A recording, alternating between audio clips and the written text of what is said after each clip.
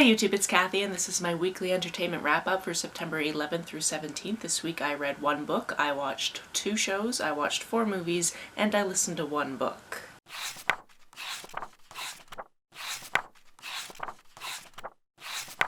Just to get some housekeeping out of the way first, thank you so much to everybody who replied to a video I put up early last Sunday in response to the fact that it was taking forever for captions to auto-generate so I could fix them so they could be proper captions. If you're not already aware, my process for like 4 years has been to do the video, upload it, wait for it to auto-caption, change the captions so you can actually see them, and then post the video on the same day.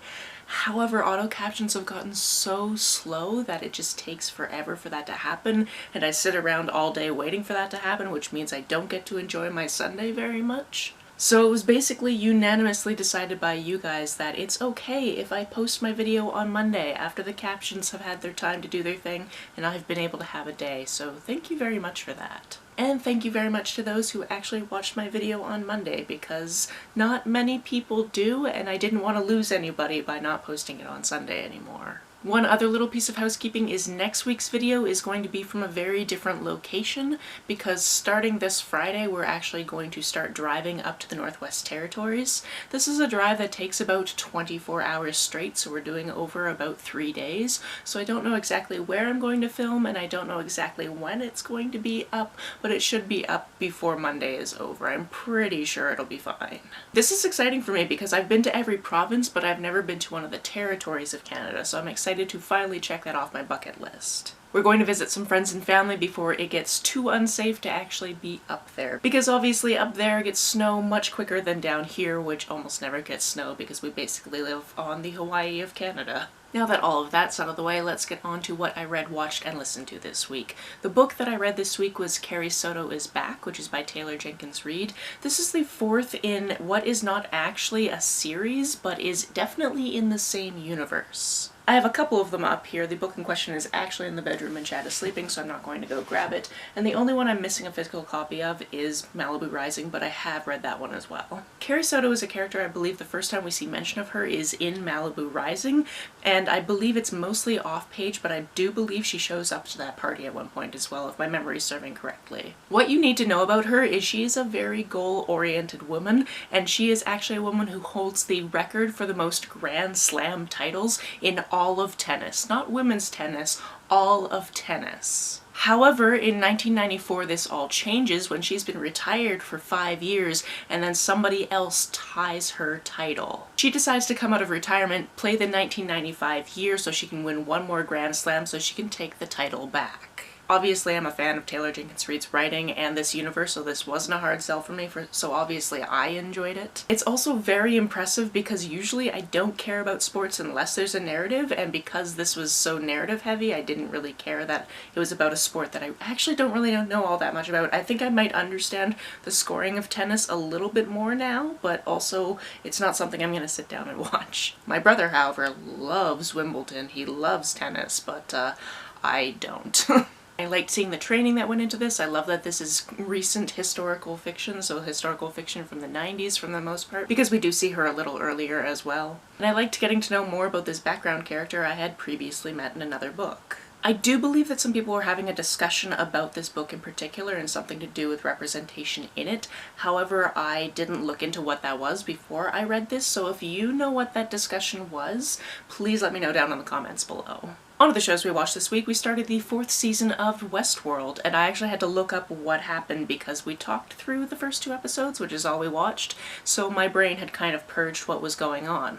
However, this season takes place 7 years after the end of the 3rd season, so obviously some things have changed, but it's also very nice to see the same actors again. I'm also very interested to see how certain characters got to where they were, considering where they were at the end of the last season, and that's pretty much all I can say without being like, what the hell, this character arc, what's going on? The other show we watched this week is actually a perfect pick for Triple October, which, if you don't know, since 2020 I've decided to celebrate Triple October, which means that September, October, and November, they're all the spooky season. It's Triple October. Because that was the year where time stopped meaning anything, so you might as well have the spooky month extend over 3 months because it's the best. In any case, the show we started watching was Gravity Falls. We watched the first 13 episodes of the first season, and this show is just so funny. There were so many points where Mabel would do or say something and Chad would be like, "That's just you." And I love how constantly things will take a left turn and we'll just get a laugh out of nowhere, which is just wonderful. If you've never seen this show before, it is from a decade ago, so I'm really behind on watching it because I even have friends who have matching tattoos from this show, so I know it's worth a view, but I hadn't got around to it until just now. This show is about twins Dipper and Mabel. They are going to visit their great uncle Stan in Oregon in a place called Gravity Falls for a summer, and in this place a lot of weird things happen. A lot of the superstitions or the myths actually seem to exist in this town. Their uncle Stan also owns this place called the Mystery Shack, which is basically just a place to take all of the tourists' money, and he does a lot of cheating and scamming, and somehow it doesn't always catch up with him. This show is a lot of fun, and I'm gonna be really mad if they don't come up against a bat squatch at some point, given the exact location of where this is set. On to the movies I watched this week. The first one is a rewatch, and that's Shaun of the Dead. We rewatch this in this house at least a couple of times a year, but it's perfect for this season. I can also think back to exactly when I saw it for the first time in theaters in 2004, so it's getting up in years, but it still holds up. If you're somehow not aware, this is a comedy zombie movie, except for shh, we don't use the Z word. I'm pretty sure they use the word at least 4 times in this, but they also make a point of not calling them that because they don't know if they should call them that. And if you've seen it before, please tell me your exact favorite part of it, because the part that made me laugh the absolute most in theaters and still makes me laugh to this day is the moment where they're standing in the backyard and something tragic happens, and then all of a sudden Nick Frost is winding the camera to take another picture. That makes me crack up every single time. This week we also finished the trilogy that we started last week, and we watched Glass. This is a movie that brings together the previous movies Unbreakable and Split, and this one takes place about 3 weeks after the last one. It is also interesting to note that the first movie in this trilogy came out in 2000, and then 2017 was the second one, and this one is 2019. So you get cues throughout the movie as to how long it's been since the last movie, and there's definitely a character that has grown up from a full-ass child to a grown-ass adult in this time frame, which is kind of cool because it is the same actor. I really enjoyed how this movie brought the previous 2 movies together and did something really interesting with it, and had some commentary on superhero movies, and I think it was really interesting. Is it probably the best representation of DID? No, definitely not. Not that we're surprised on that, because that happens a lot with representation of DID. But this took it to an interesting place, which I appreciated. Because I read the book about 5 years ago, I figured I should watch the adaptation of There's Someone Inside Your House. This movie was fine. It was okay. I didn't actually remember how it went in the book, so I had to look it up, and yes, the killer is different from the book and the movie, which to me made the actual killer make kind of no sense a little bit.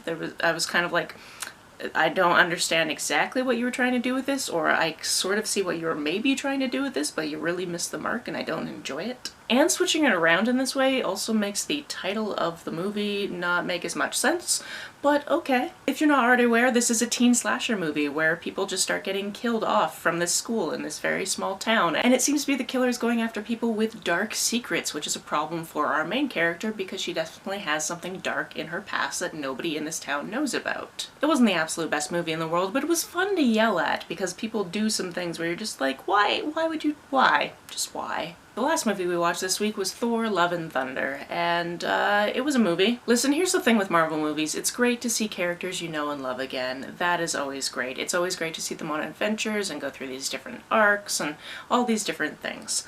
However, there were some very questionable choices obviously made. Starting off with the previous arc where Thor got fat, and Chris Hemsworth was put in a fat suit, and then of course he just trained and got his god bod back, and all of that. Didn't enjoy it when I saw the last Thor movie in theater, didn't enjoy seeing that now. I also knew going into this that there was some dead naming going on, so when I got to that scene I was like, ooh, yep, yeah, that's a problem. Because I can understand how some people outside of the queer community will be like, that's not dead naming, what are you talking about? That character's not even trans.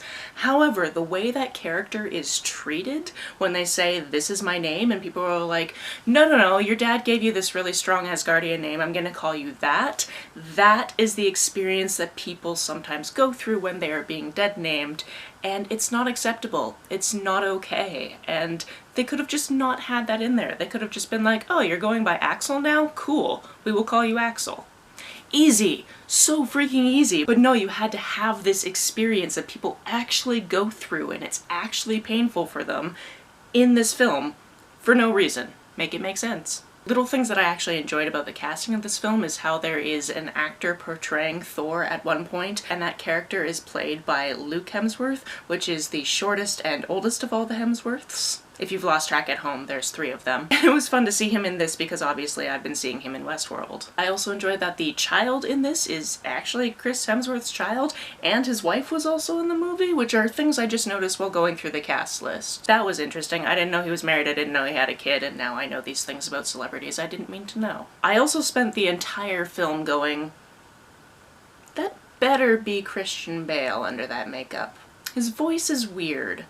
But I'm gonna wait until the credits roll to find out if I'm right or not, because I don't want to say it out loud and be wrong, but pretty sure I know that face. And I was right, so that was good. On to the book I listened to this week, and that is The Inheritance of Orquídea Divina. This is a book that I was going to read anyway, and then Rachel asked me if I wanted to read it for the Feminist AF book club, and I said yes, and then I started reading it because we were going to talk about it next month, but that book club is actually on hold. That's fine, I was going to read the book anyway, but I just wanted to let people know that we're not actually having a discussion about it. This is a book about a woman with a very rich history who basically tells all her relatives, show up to my house on this certain day, we are celebrating the fact that I'm about to pass on, come get your inheritance. From here we get this sprawling narrative of her life, but then also see the lives of her descendants and how something in her past has affected all of them and they don't really know that. Additionally, she is in possession of a crap ton of magic, which obviously has many a consequence. We then follow her granddaughter who's trying to figure out some family secrets and figure out why she was called back and exactly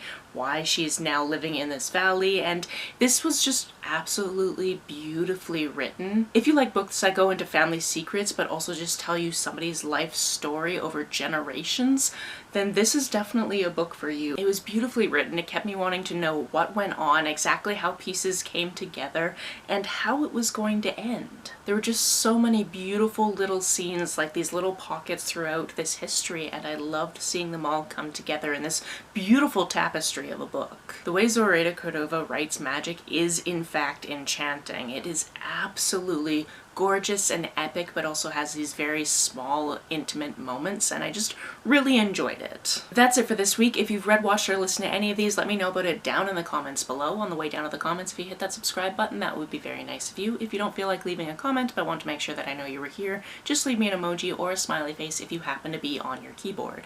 Some people have asked if there's a way to financially support this channel, so I set up a Ko-fi account, which is a digital tipping service. The link for that, as always, is down below. You can like and share this as you see fit, and I will see you very soon. Bye!